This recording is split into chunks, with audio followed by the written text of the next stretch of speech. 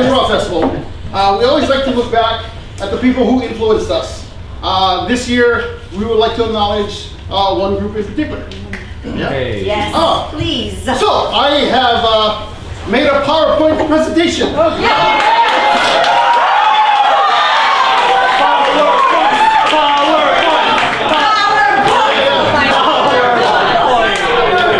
I'm thinking a little TEDx right now.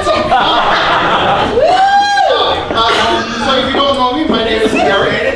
I am the executive producer of this wonderful Improv Festival. And I'm also an improviser. Right? How many of you guys are? Yes. Whoa! I got it! Yes!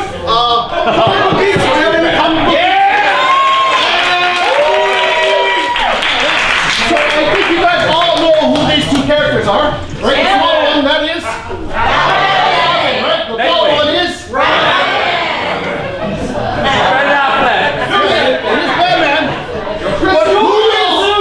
Who is under the mask? Michael Keaton, the only one. Yes, this is Dick Grayson. Oh, hey. Yeah. Oh, wait, is it Jason Todd? No, it's Dick Grayson, all right. See, if you're a comic book nerd, you kind of know that at a certain point in time, Batman was, we all thought he died, but in fact, he was thrown back in the past, and he had to fight his way all the way back through generations and stuff, just time jumping. It's crazy, but in the meantime, Dick Grayson had to take up the mantle. So why am I bringing this up right now? Why would I do that? Well, Because you're Batman. you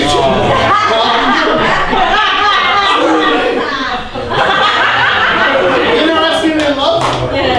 Loose Screws is the cornerstone of all improv here in Hawaii.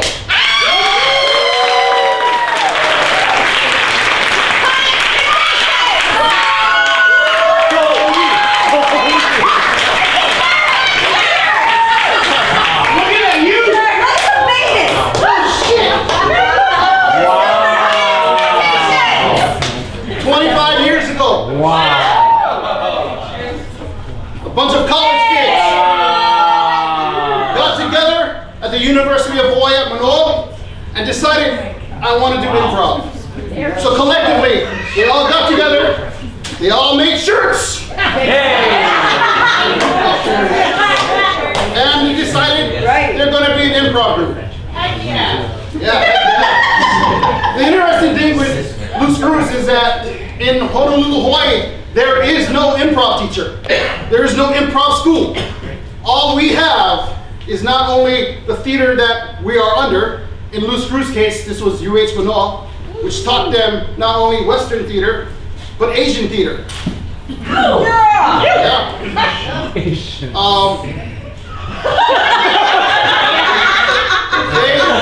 use those techniques to really go out.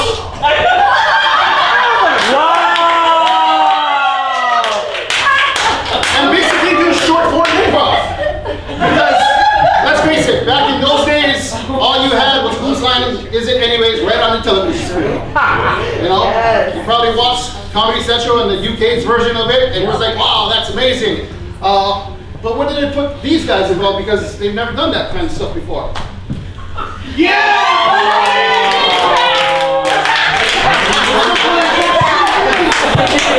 Some of their training, in particular their theater training, for instance, Tony Pasculi over here.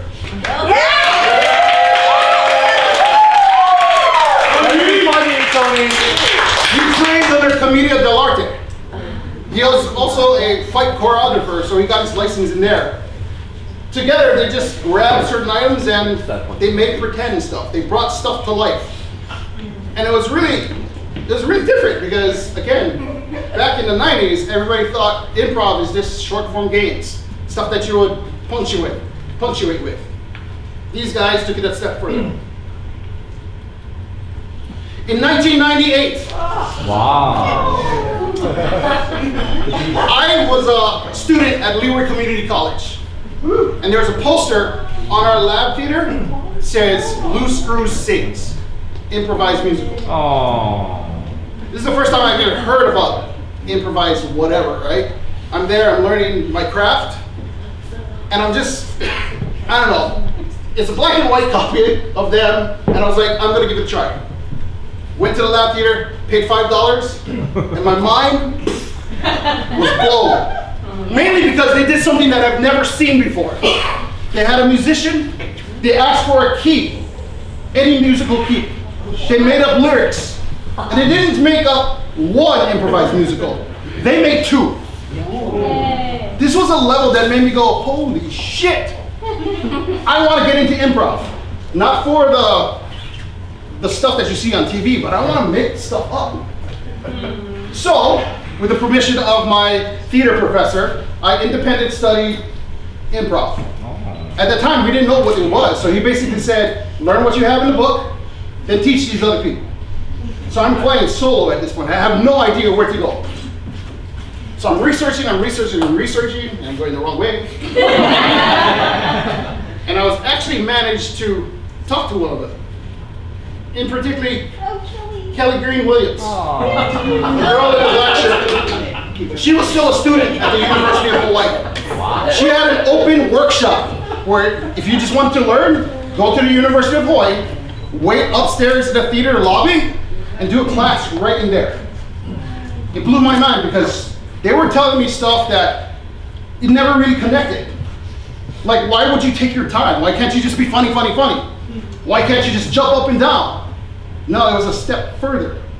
And it made me think, what can I do with my stuff?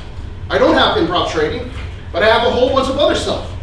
So what I wanted to do in particular is I wanted to jump into that group. So here's where we get the idea, right? Here's Bruce Wayne. I'm Dick Grayson. And at the time, and I swear this came from Tony Pasculi's mouth, you are on the B team. I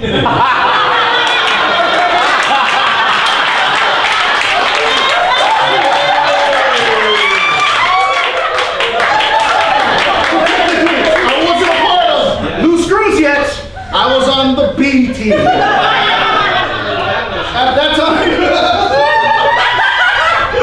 At that time, I had just started on the spot improv. So I look back on it now and I'm only realizing if I'm Dick Grayson, well, fucking on the spot is the Teen Titans.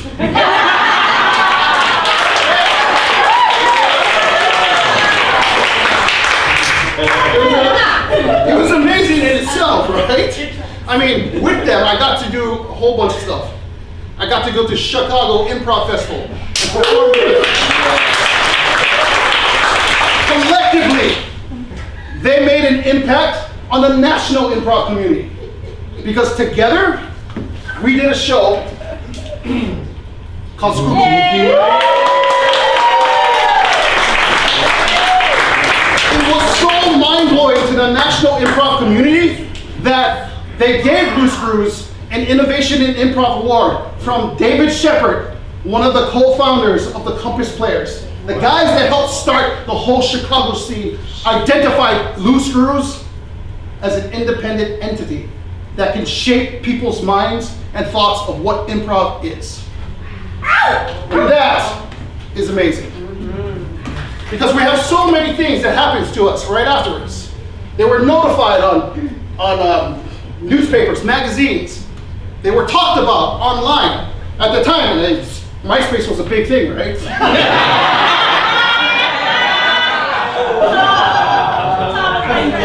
It was. But you know what?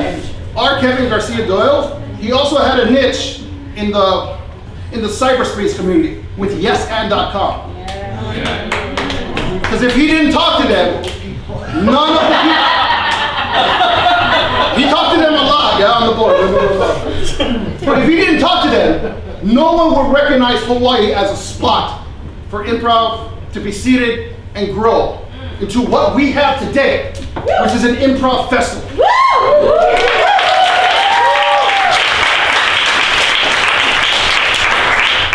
I look at this and, man, yeah, I was Dick Grayson. I was the to Robin. I was the one that followed it.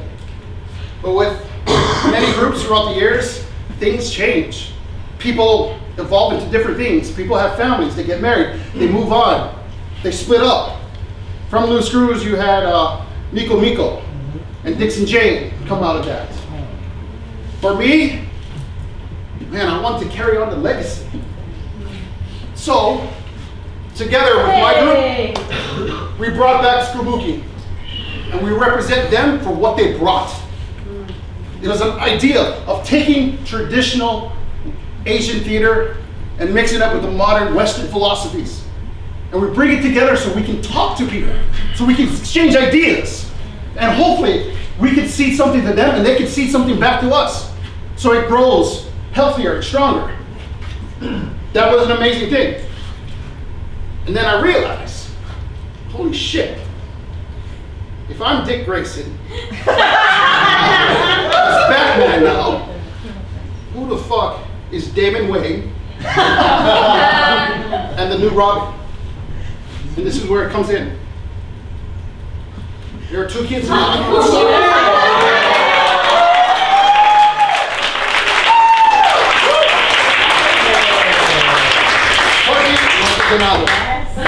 Together, they helped us create a Harry Potter improv show. Yay. And we created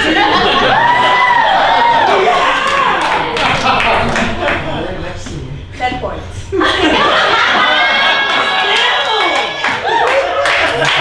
The great thing is that looking back on all of this, it started with Loose Screws. The guys that took me underneath their wings. And I took it from them. I took that mantle. And now I look to these guys. Because if I'm not here, you guys got my back. And you guys can take the mantle. Because that is what a legacy does. It impacts every single person. From one seat, it can touch millions. Together, on the spot, has gone to London, has gone to Paris, has gone to Amsterdam. We hope to go to Vancouver, Canada, and spread the aloha that we share here. So what does this mean? It means that Loose Screws is honored for the services that they brought to not only Hawaii, but to everybody on the improv circuit. So please, with a round of applause, give it up for Loose Screws!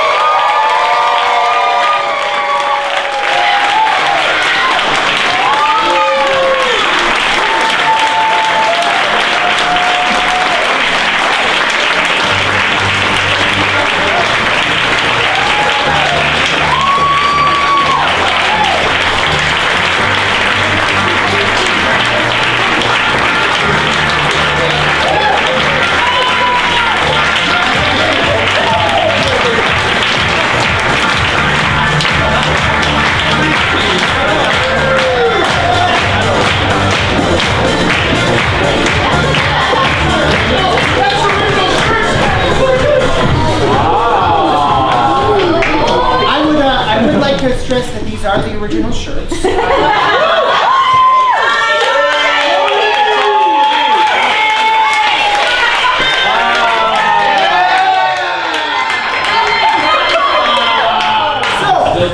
Over 72 people were part of Loose Screws over the years, and we wanted to have them present here. So while I give our thank you speech, I'm going to use the text-to-speech function on my phone, and it's going to read the names of everybody while I talk.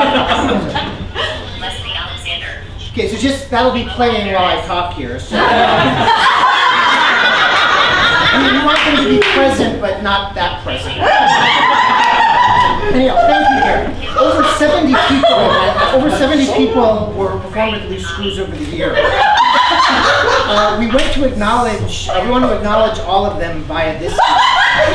Anyhow, Loose Screws grew out of an improv workshop at the university that was taught by Ernie Figueroa. He had worked in the office of the Groundlings in Los Angeles, and he'd mimeographed their curriculum. I hesitate to say stolen. Stolen. We had performed under various names at the university, notably Two Men, Two Women in Lawrence. But we became Loose Screws when Lynn Ackerman invited us to do a regular show at the Lizard Loft. Early screw David Oshima designed our shirts and also gave us our name also. And the idea initially was that we were going to change the shirt based on whatever popular movie was popular in that given year. But that so this is our design. So for 17 years we performed short form, long form, and medium form around Honolulu. And for much of that time we were the only group in town. Our long-form shows included a short-form-based detective show, an improvised musical, an improvised kabuki, as Garrick mentioned, a commedia dell'arte Christmas Carol, a show based on the hero's journey, and a space opera set in the 19th century. We performed at most theaters in town, but mostly at Ward Rafters. Jackie Ward was the one who ran Ward Rafters, and she passed a couple of years ago, but the group would not have lasted as long as it did without Jackie Ward insisting that we go back to do shows like we did when we did them good. Anyhow, we had a few central credos. First, we were all from a theater background, so we approached our major shows like plays with a full 6 to 8 weeks rehearsal, 5 days a week, and with all the attendant attitudes towards professionalism. It finished. Yeah. Should we start it again? Yeah.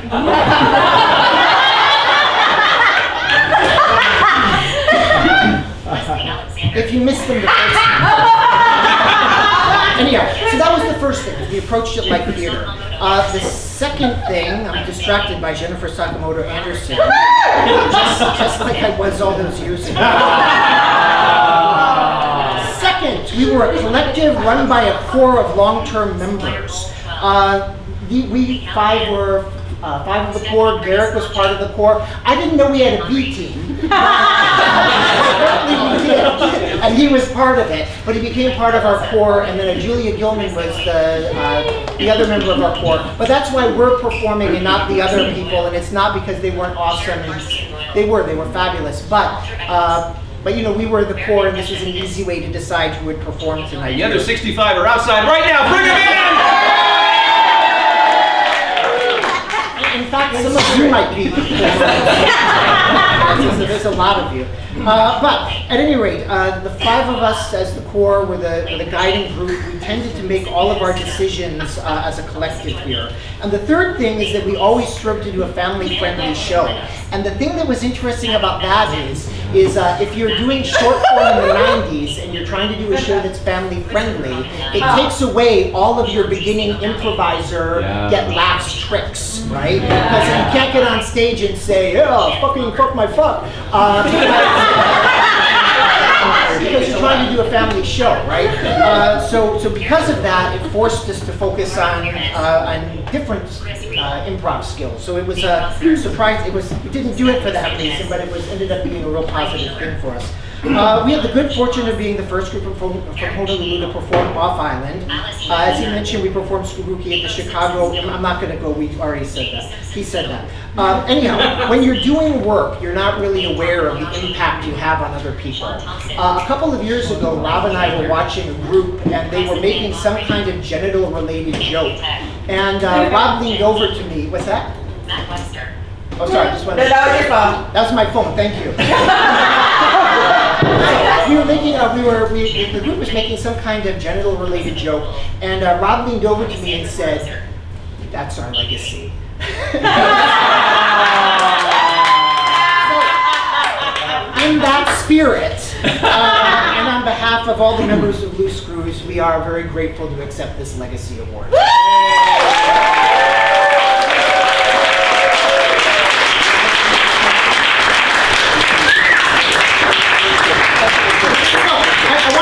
One other thing before we do a short set here, and that's that Tony here. This is the only night you're getting to see Tony perform. So you guys are It'll be better tomorrow. That's a big picture of you. With the award right there. Oh, yes. Okay, picture. Nice. So, Improv award.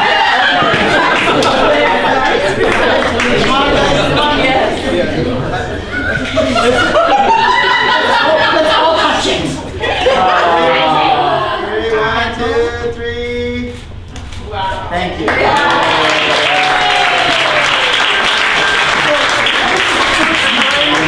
This is the first time this group has performed together in this particular configuration in at least 15 years. So we've come to kind of an uneasy agreement about what the show is going to be tonight. And we're going to do a short set tonight. We'll do a longer set tomorrow night. How many of you here tonight actually saw Loose Screws performing back in the day? So, I have a second question now.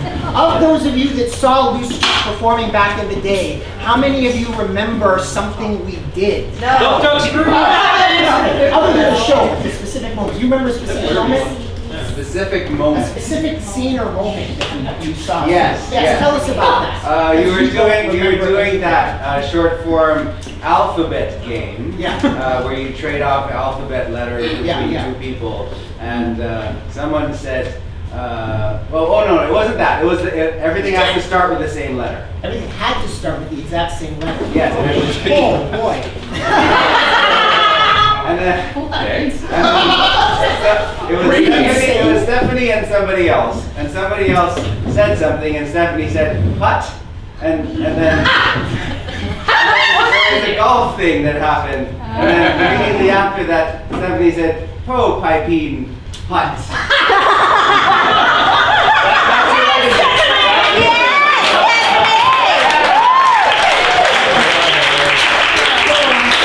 Embracing the true spirit of improvisation, we are going to recreate that exact scene. And then we'll see what happens from there. So, are you ready? All right, so, and ding.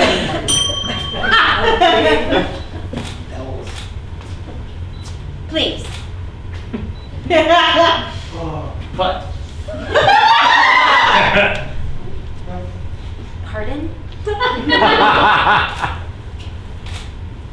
Paul's playing. Putt.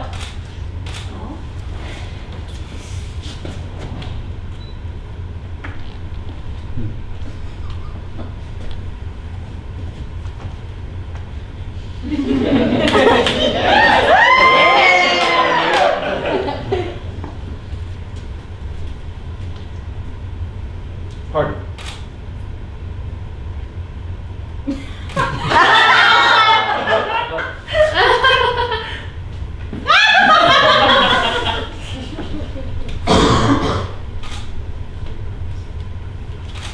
Putt, please. And that was that scene exactly.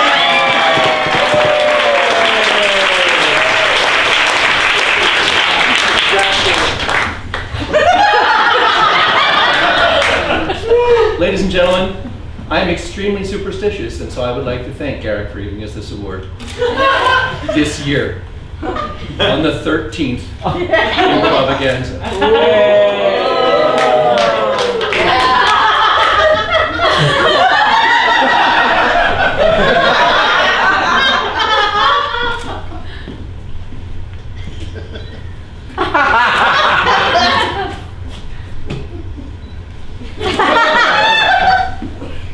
Okay. I just wanted to set this ladder up randomly here in the middle of. No, we can't have this thing. We can't.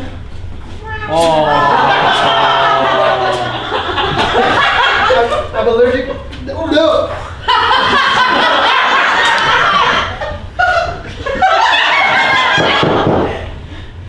Come in. But I can't. You gotta get rid of this.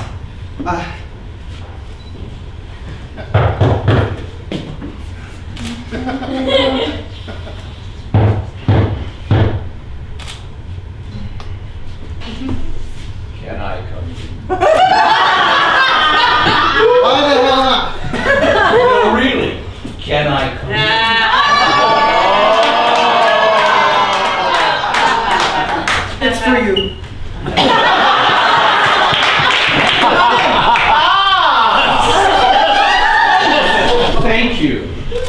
see our mirrored wall over there? I see the sorry.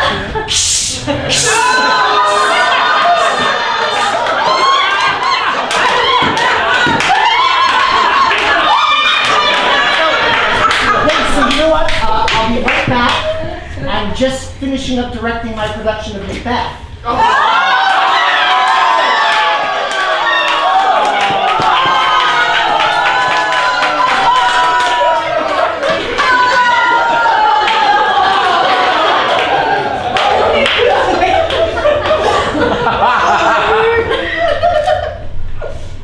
Elton, don't release them in here.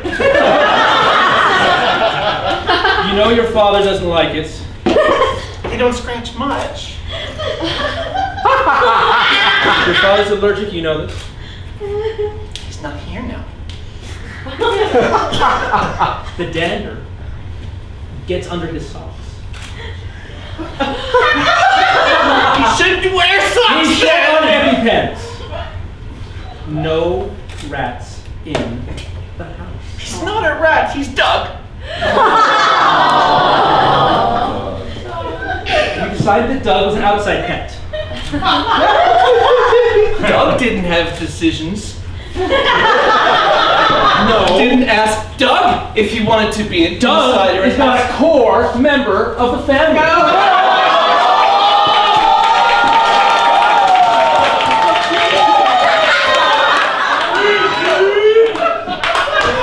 You say that now, but he's gonna be in charge one day.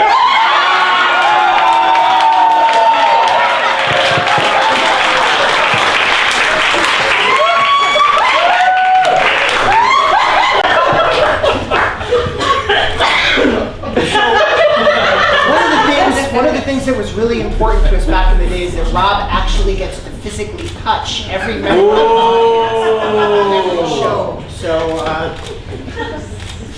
unless Rob has touched you, the show can't actually continue.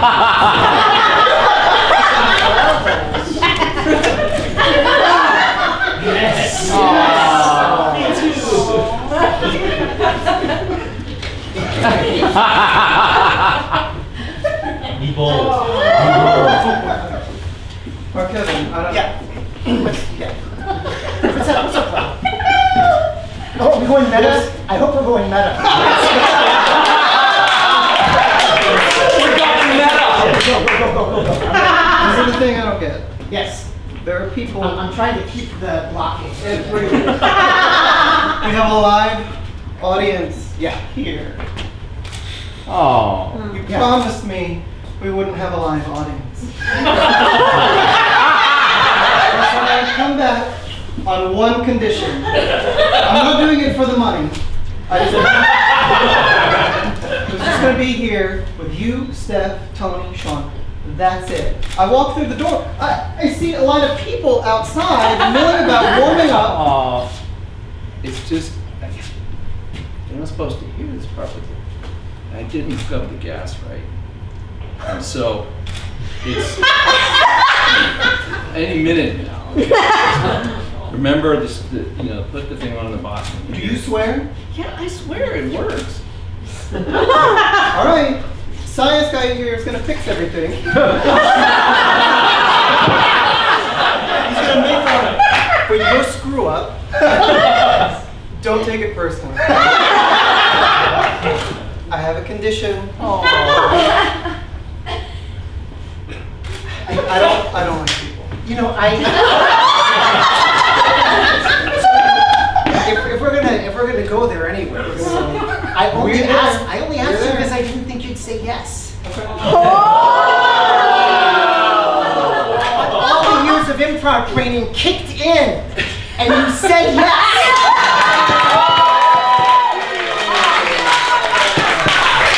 Listen to them, Rob. They're saying yes to you right now. Speaking of saying yes and a good improv training, one of the things we used to do was standing, sitting, bending. So Rob and our Kevin are going to continue this. But at all times as they do this scene, one of them has to be sitting and one of them has to be then the other one, Garrett is going to come join us.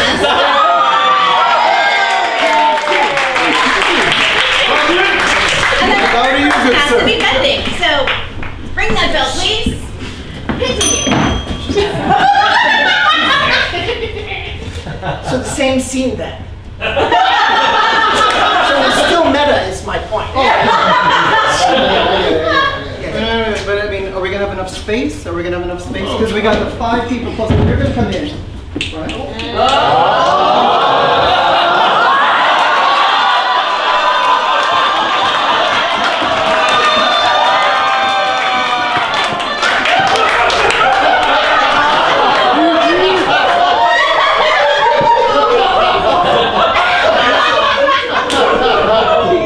She didn't say we had to change.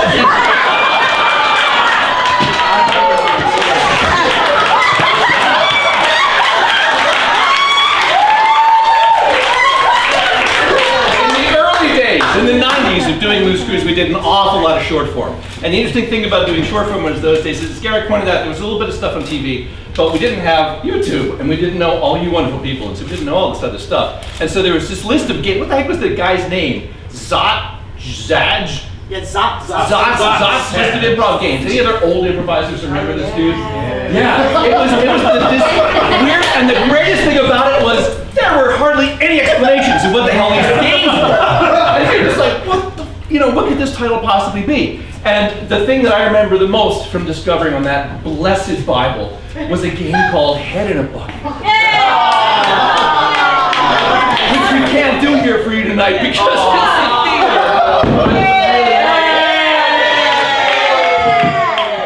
Okay, so there's no water. We need something to simulate the water.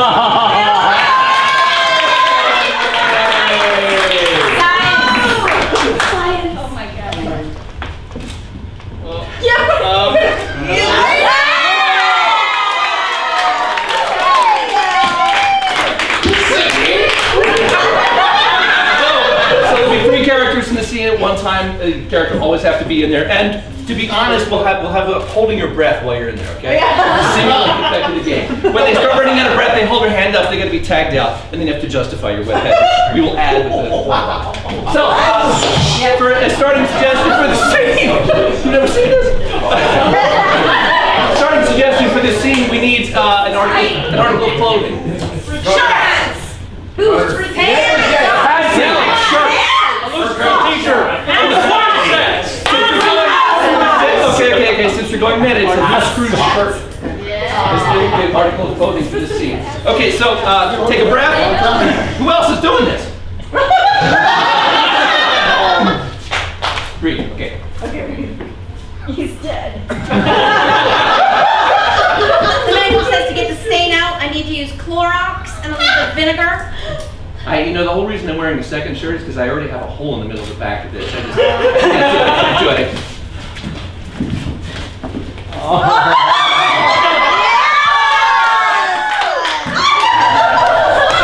It's humid today. It is. You've seen the vinegar. The vinegar. Yeah, the vinegar. Yeah, I brought it. All right. What, We need it to get the stain out of Sean's shirt. So you're gonna have to pour it on Sean.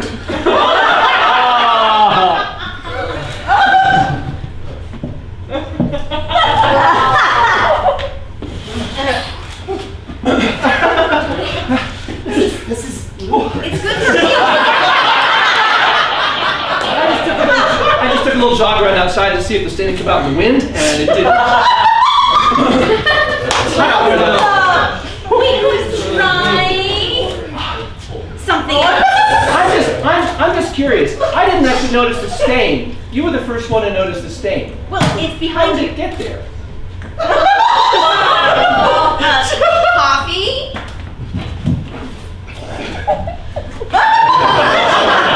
Steph says it was coffee. I'm not really buying it. The reason my head is wet this time, Yeah. as opposed to the last time. Which would be different. Yes, which would be It's different. wet again. It's wet again. It's re-wet. It's re-wet. I've been crying about the state of your shirt. Fat tears rolling up. I see that. I'll give you the shirt if you really want it that badly. want it back.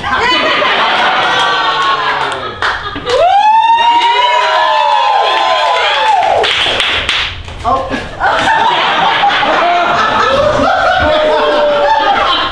You know, Sean was about to give me a shirt. I was hoping I was gonna come up in time for that.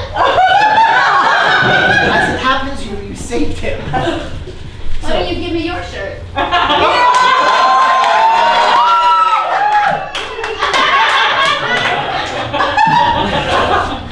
You know where this is ending.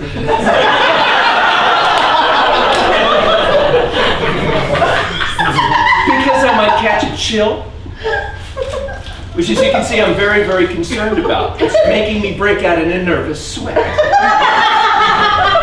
total sense. I find that when I am in a chill, I often get nasal issues. Steph, this can of coffee just rolled out from your backpack.